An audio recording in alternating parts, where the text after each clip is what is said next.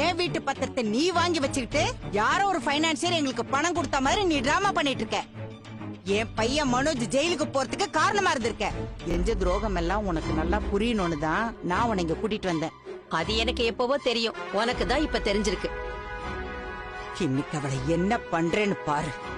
ஏய் சிந்தாமணி, சிந்தாமணி, சிந்தாமணி. வாங்க மாஸ்டர். வா பார்வதி. என்ன சொல்லாம கொள்ளாம இவ்வளவு தூரம் வந்திருக்கீங்க? வாங்க உட்காருங்க. ராதிகா டீ கொண்டு வர சொல்லிட்டு. ஏய், இத்தனை நாளா கொஞ்சம் கொஞ்சமா ஃப்ரெண்டுன்னு சொல்லி எனக்கு விஷத்தை குடுத்தியே, அது பத்தலையா உனக்கு? என்ன மாஸ்டர் இப்படி பேசுறீங்க? சீ, நிறுத்து. உன்ன மாதிரி ஒரு துரோகியை என் வாழ்க்கையில நான் பார்த்ததில்ல.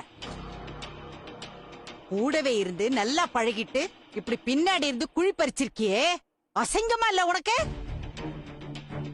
ஆரம்பத்துல இருந்தே உன் மேல எனக்கு சந்தேகம் இருந்துச்சு.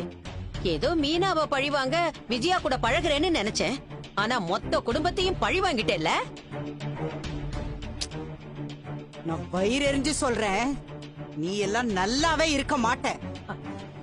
இப்ப என்ன நடந்துருச்சுன்னு நீங்க எனக்கு இப்படி சாபம் விடுறீங்க? என்ன நடந்துச்சுன்னு உனக்கு தெரியாதுல்ல? எல்லாம் தெரிஞ்சுதானே பண்ணிருக்க. என் வீட்டு பத்திரத்தை நீ வாங்கி வச்சுக்கிட்டு யாரோ ஒரு பைனான்சியர் எங்களுக்கு பணம் கொடுத்த மாதிரி நீ டிராமா பண்ணிட்டு இருக்க. என் பையன் மனோஜ் ஜெயிலுக்கு போறதுக்கு காரணமா இருந்திருக்க. இதெல்லாம் நீ சொல்லிதானே நடந்திருக்கு. இப்ப ஒண்ணுமே தெரியாம மாதிரி பேசுற. உன்னை போய் நம்பினேன் பாரு, எனக்கு இது வேணும். சாமர்த்தியமா எல்லாரும் ஏமாத்திட்டு தான் நினைக்காத. ஒரு நாள் நீதான் கடைசியில ஏமாந்து போய் நிப்ப. காலம் உனக்கு அது தண்டனை கொடுக்கும். நீ சொன்னது எல்லாம் நான் நம்பினேன். என்ன நம்ப வச்சு என் முதுகுல குத்திட்டல்ல. நீ எப்படி நல்லா வாழ்றன்னு நானும் பாக்குறேன். போதும் விஜயா, இதுக்கு மேல கத்தாத. நானும் மாஸ்டர் ஆச்சே, கொஞ்சம் மரியாதை கொடுக்கலான்னு பார்த்தா ஓவரா தான் பேசிக்கிட்டு இருக்க. பாத்தியா விஜயா, இதுதான் இவளுடைய உண்மையான முகம். இப்படி ஒரு பச்சை துரோகியா நீ இருப்பேன்னு நான் நினைக்கவே இல்ல. நான் என்ன உனக்கு துரோகம் பண்ண? பின்ன நீ பண்ணதெல்லாம் துரோகமே இல்லையா? நம்பிக்கை துரோகம். என்ன பார்வதி, விஜயா தான் ஏதோ புரியாம பேசிக்கிட்டு இருக்கான, நீயும் அதை நம்பிக்கிட்டு பேசிக்கிட்டு இருக்க.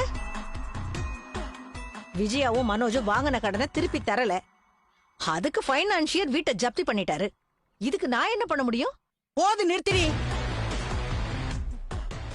இன்னும் எத்தனை நாளைக்கு இப்படியே பொய் சொல்லுவேன்? உன் பொய்ய இத்தனை நாள் நான் நம்பினதெல்லாம் போதும். நடிப்பெல்லாம் எங்களுக்கு தெரிஞ்சு போச்சு.